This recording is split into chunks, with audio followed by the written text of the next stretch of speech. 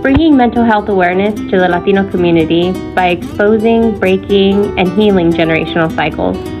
Our hope is to educate and validate our listeners by reflecting on the culture through our Latina therapist lens. Join us every week as we tackle different topics. Hi, welcome back. Bienvenidos. I'm Martha. And I'm Jessica. And we're here to talk to you as Latina therapists about topics that focus in our community and impact our mental health. Yeah, we are starting 2024. Yay!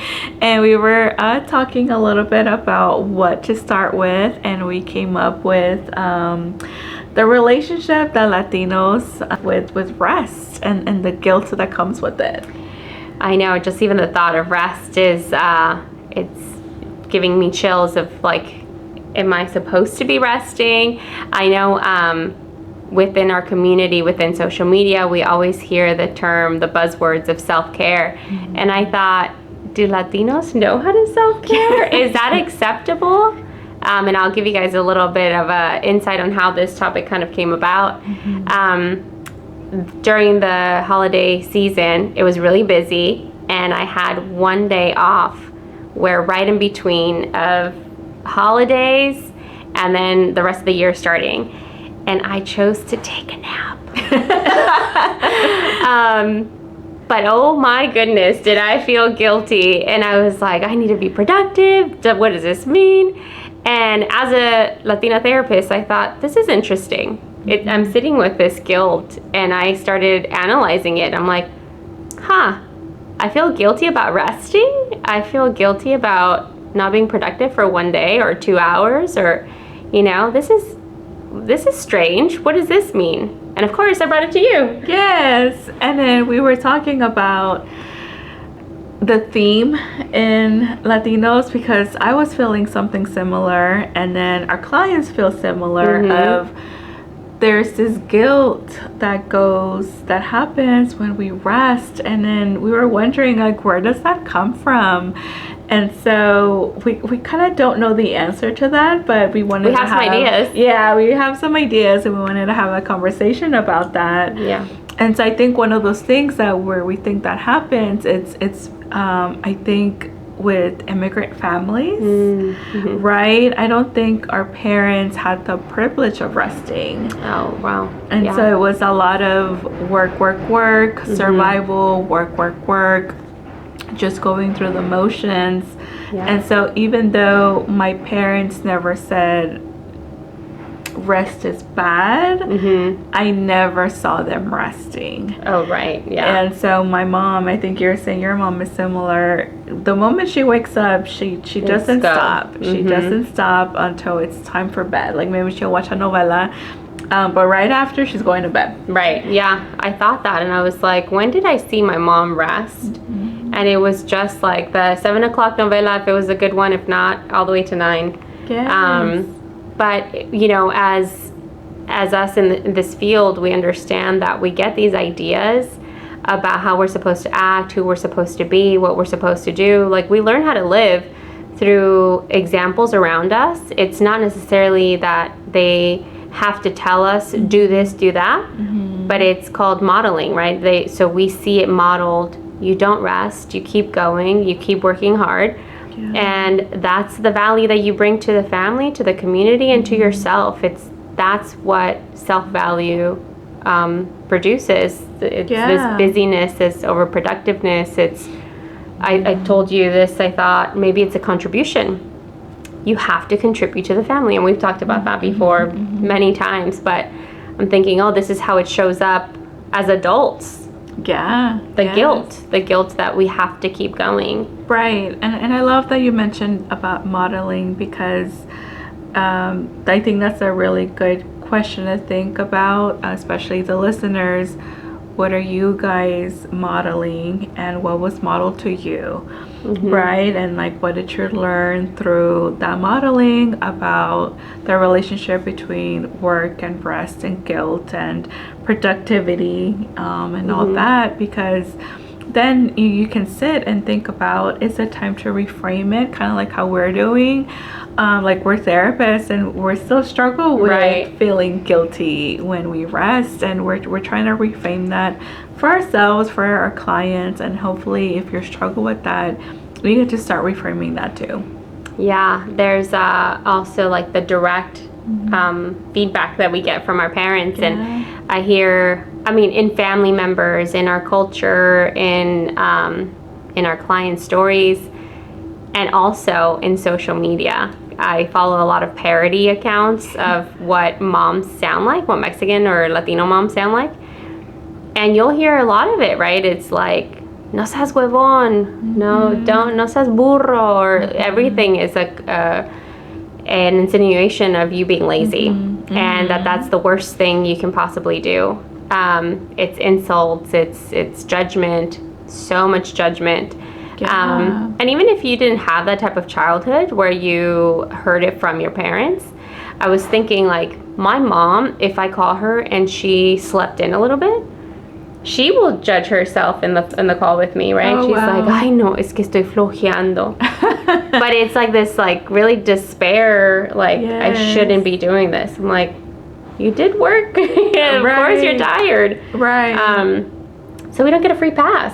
No, but even that connotation, right? Like I think with Latinos, there's no other reason but laziness. Oh, right. That's right. Like it's not depression, it's not you had a long day, or maybe Justification, right? Nothing. Yeah. It's just it equates laziness, floja, and that just kind of like, I don't know, like blows my mind, right? Of that is the reason. There's no other reason but that. And so I think that those types of messaging Right. really kind of creates like this social construction of it's lazy to rest. Right.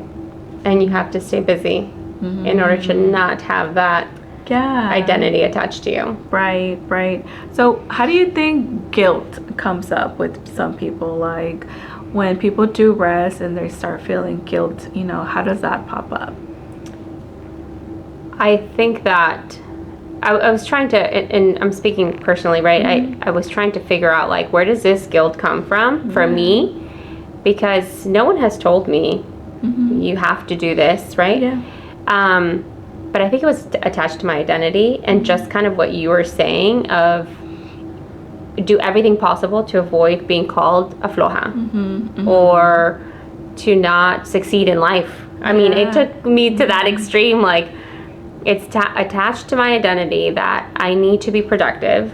I need to work hard. I need to stay busy in order to continue to be who I think and see myself to be. Yeah. And also, somewhere in there, if we want to be, our family therapist selves, to follow that identity that my parents want for me. Like, you're a hard worker, you're successful. Yeah. So what does that type of person do? Stay busy. Right. And I think the way that maybe the guilt shows up differs in people. So I do think it's important to talk about that. So I think something really common is the thoughts we start thinking Sure. about rest. And so I know people, and sometimes even myself, I'll start being hard on myself. Well, why are you resting so much? It's time to get up. Only one show, only 30 minutes. Right. You can't get up past 10. I start kind of telling myself, and all of these things are just telling me like these are bad things. Like, you can't do this.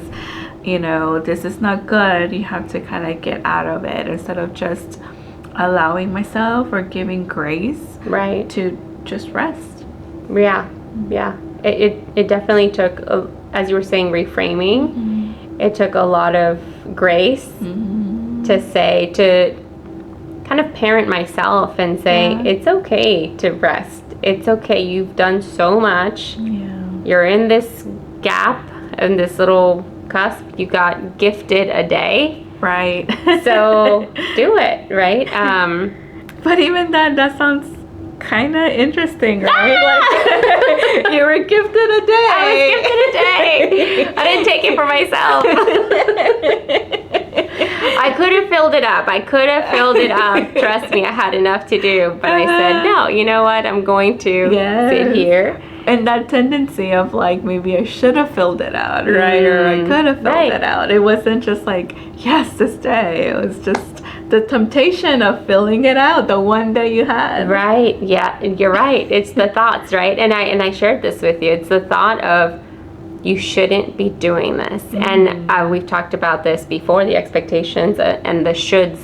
As soon as you think I shouldn't, there's something there that you need to kind of hyper focus on and be like, well, what says that I shouldn't? Why not? Yes. I think another way that maybe this relationship with when guilt pops up is it's almost like a punishment. I notice like people start punishing themselves. It's almost like, oh, you did something bad, so now let's punish you for taking this rest. Right. And it's in the different forms of like, okay, well, now I'm gonna run 10 miles instead of 8 miles because you rested, or now you're gonna clean this whole house instead of just the bathroom because you rested. So I think there's almost this sense of like, I have to make up, overcompensate. Overcompensate. Like, it's not free. Like, we have to make it up, overcompensate rest. Right. Yeah. I think this is, I got a gift of one day. This is our video to gift you guys the signal of it's okay to take that rest. It's okay to not feel guilty about it. It's okay to not be busy. You don't have to be busy. Yes. It doesn't say anything about who you are. Exactly.